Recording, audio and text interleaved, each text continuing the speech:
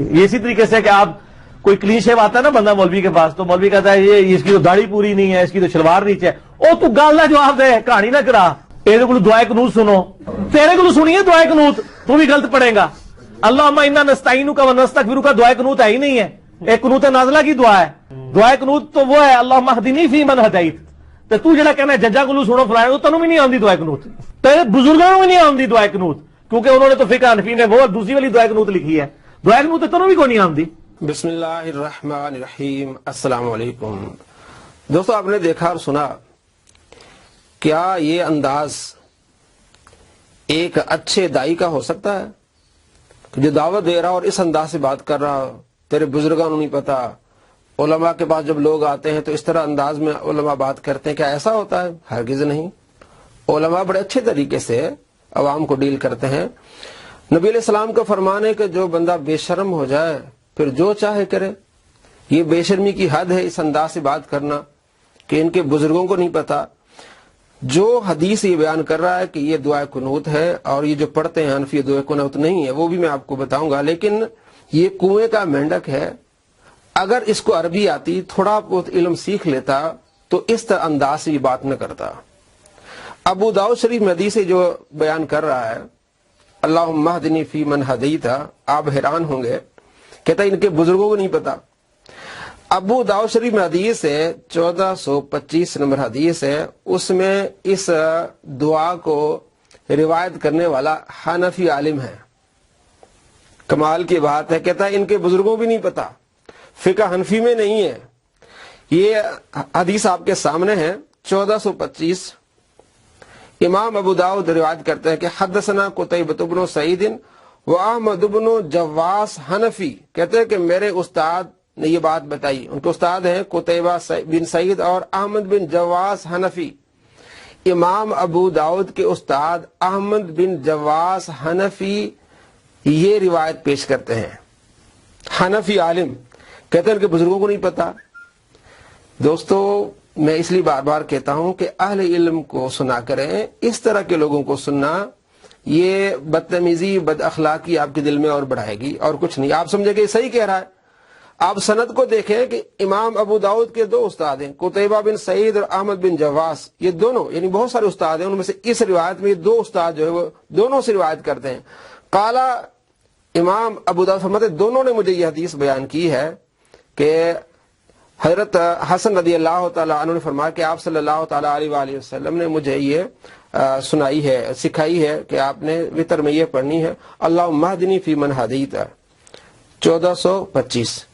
فقہ حنفی میں لکھا ہے کہ یہ حدیث بھی، یہ دعا بھی پڑھ سکتے ہیں آپ۔ یہ بھی اس کا جھوٹ ہے کہ فقہ حنفی میں یہ دعا ہی نہیں ہے، میں آپ کو بتاتا ہوں، اور ان کے بزرگوں کو بھی پتہ نہیں ہے۔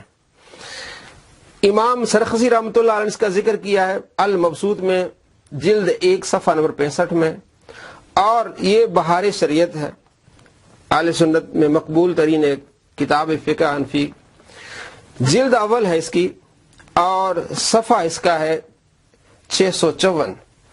اس میں انہوں نے لکھا ہے کہ آپ نے دعائے قنوت پڑھنا واجب ہے، اور اس میں کسی خاص دعا کا پڑھنا ضروری نہیں ہے، یعنی کہ جو ہم تک پہنچی آپ صلی اللہ تعالیٰ علیہ وآلہ وسلم اور صحابہ سے کہ یہ دعائیں پڑھنی چاہیے، فرمائے یہ ان میں سے کوئی بھی پڑھ لے۔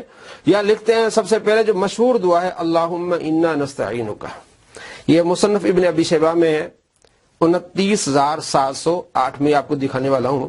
اس کے نیچے لکھتے ہیں اور بہتر یہ ہے کہ اس دعا کے ساتھ وہ دعا بھی پڑھے جو حضور اقدس صلی اللہ تعالیٰ علیہ وآلہ وسلم نے امام حسن رضی اللہ تعالیٰ عنہ کو تعلیم فرمائی تھی۔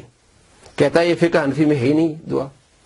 دوستو، آپ خود سوچ لیں اس طرح کے بندے کتنا بڑا نقصان پہنچاتے ہیں اور کس طرح عوام کو دھوکہ دیتے ہیں۔ فرماتے ہیں بہتر ہے کہ اس دعا کے ساتھ وہ دعا بھی پڑھے، یعنی اللہم انا نستعینک کو پڑھ لی تو اس کے بعد یہ بھی اللہم اہدنی فی من ہدیت یہ بھی پڑھے۔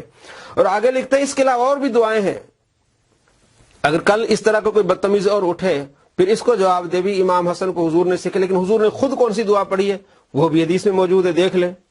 آپ صلی اللہ تعالیٰ علیہ وآلہ وسلم خود دعائے قنوت کون سی پڑھتے تھے وتر میں؟ ابو داؤد شریف میں حدیث ہے 1427، ترمذی میں حدیث ہے 3566، نسائی میں ہے, ابن ماجہ میں, تقریباً کوئی 19 کتابوں میں یہ حدیث ہے. حضرت علی رضی اللہ تعالیٰ عنہ فرماتے ہیں کہ آپ صلی اللہ تعالیٰ علیہ وآلہ وسلم وطر میں یہ پڑھا کرتے تھے, اللہم انی اعوذ برضاک من سخطک ومعافاتک من عقوبتک واعوذ بک منک لا احصی ثناء علیک انت کما اثنیت علی نفسک. آپ صلی اللہ تعالیٰ علیہ وآلہ وسلم یہ دعا پڑھا کرتے تھے وطر میں. کل اگر کوئی بدتمیز اٹھے تو پھر اس کی بھی لاپا کرے. دوستو دعائیں مختلف آئی ہیں, آپ صلی اللہ تعالیٰ علیہ وآلہ وسلم نے یہ پڑھی ہے, سکھائی آپ نے وہ بھی ہے. امام حسین رضی اللہ تعالیٰ عنہ نے ایک اور روایت کی ہے, حضرت عبداللہ بن عباس نے کی روایت ہے, حضرت عبداللہ بن مسعود کی روایت ہے. تو ان تمام دعاؤں میں سے کوئی بھی دعا پڑھی جائے تو یہ مفتی امجد علی صاحب لکھتے ہیں کہ کوئی بھی دعا پڑھی جائے, دعا قنوت پڑھنا واجب, ان میں سے کوئی بھی دعا پڑھی جائے, لیکن مشہور یہ اور اس کی جو ہے وہ سند صحیح ہے, اللہم انا نستعینک. یہ بھی میں آپ کو بتانے والا ہوں. یہ دیکھیں, ما یدعو بالرجل فی قنوت الوتر, کہ وطر میں کون سی دعا پڑھنی چاہیے. حدیث نمبر آپ کے سامنے 29705. حضرت حسن بن علی رضی اللہ تعالیٰ عنہ کہتے ہیں کہ علمنی جدی, آپ صلی اللہ تعالیٰ علیہ وآلہ وسلم نے مجھے یہ سکھائی ہے, فی قنوت الوتر, یعنی وطر کی دعا یہ سکھائی, اللہم اہدنی فی من ہدیت.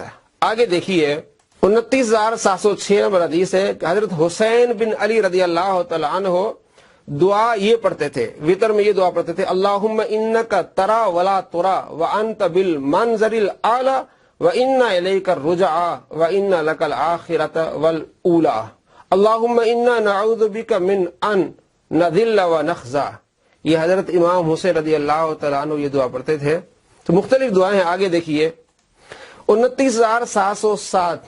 ابن عباس سے روایت ہے کہ دعا قنوت کیا ہے, لک الحمد ملء السماوات السبع وملء الارض السبع وما بینہما من شیء بعد اہل الثناء والمجد.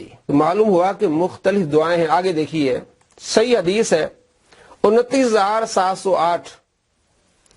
عبد الرحمن کہتے ہیں علمنا ابن مسعود, حضرت عبداللہ بن مسعود رضی اللہ تعالی عنہ نے ہمیں یہ دعا سکھائی, ان نقول فی القنوت یعنی فی الوتر, کہ ہم وطر کی نماز میں یہ پڑھیں. اس نے کہا تھا نا کہ یہ دعا قنوت وطر والی تو ہے نہیں, یہ تو قنوت نازلہ پڑھتے ہیں, وہاں بھی ہے, لیکن یہاں بھی وطر کی نماز میں بھی عبداللہ بن مسعود رضی اللہ تعالی عنہ اپنے شاگردوں کو یہ سکھاتے ہیں.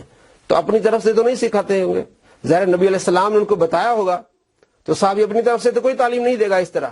تو عبداللہ بن مسعود اپنے شاگردوں کو کیا تعلیم دیتے ہیں کہ یہ دعا پڑھو, اللہم انا نستعینک ونستغفرک ونثنی علیک ولا نکفرک.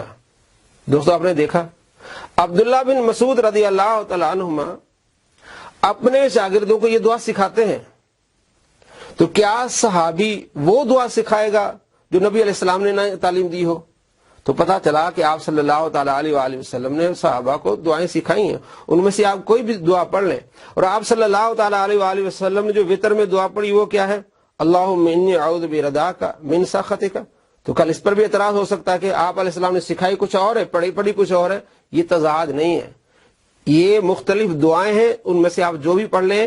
فقہ حنفی کی کتاب بہار شریعت صفحہ نمبر 654 اور 655 آپ پڑھ کے دیکھیں, اس میں وہ کافی ساری دعائیں لکھی ہوئی ہیں کہ ان میں سے جو بھی چاہے آپ پڑھ لیں. دعا پڑھنا واجب ہے, اور ان دعاؤں میں سے کوئی بھی چاہے آپ پڑھ لیں جو صحابہ سے مروی ہیں, آپ صلی اللہ تعالیٰ علیہ وآلہ وسلم خود جو پڑھا کرتے تھے. اور باقی اس نے جو بات کی ہے آپ خود اندازہ لگائیں کہ یہ کسی اچھے اسپیکر, اچھے مقرر کا یہ طریقہ ہو سکتا ہے کہ اس انداز میں بات کرے, کل اسی پر پھر اٹیک ہوگا. یہ وہ انداز ہے, دہشت گردانہ انداز ہے اور شدت پسندانہ انداز ہے. اس طرح کے لوگ شدت پسندی کو ہوا دیتے ہیں. یہ کنویں کے مینڈک ہوتے ہیں. دوستو آپ خود سوچیں, یہ کہتا ہے کہ فقہ حنفی ان کے بزرگوں کو نہیں پتا, اور جو روایت کر رہے ہیں وہ حنفی عالم ہیں, امام ابو داؤد کے استاد حنفی عالم وہ روایت کر رہے ہیں, اور کس انداز سے بات کر رہا ہے. اللہ تبارک و تعالی ان کو ہدایت عطا فرمائے, ہم سب کو سیدھے راستے پر چلنے کی توفیق نصیب فرمائے. السلام علیکم ورحمۃ اللہ وبرکاتہ.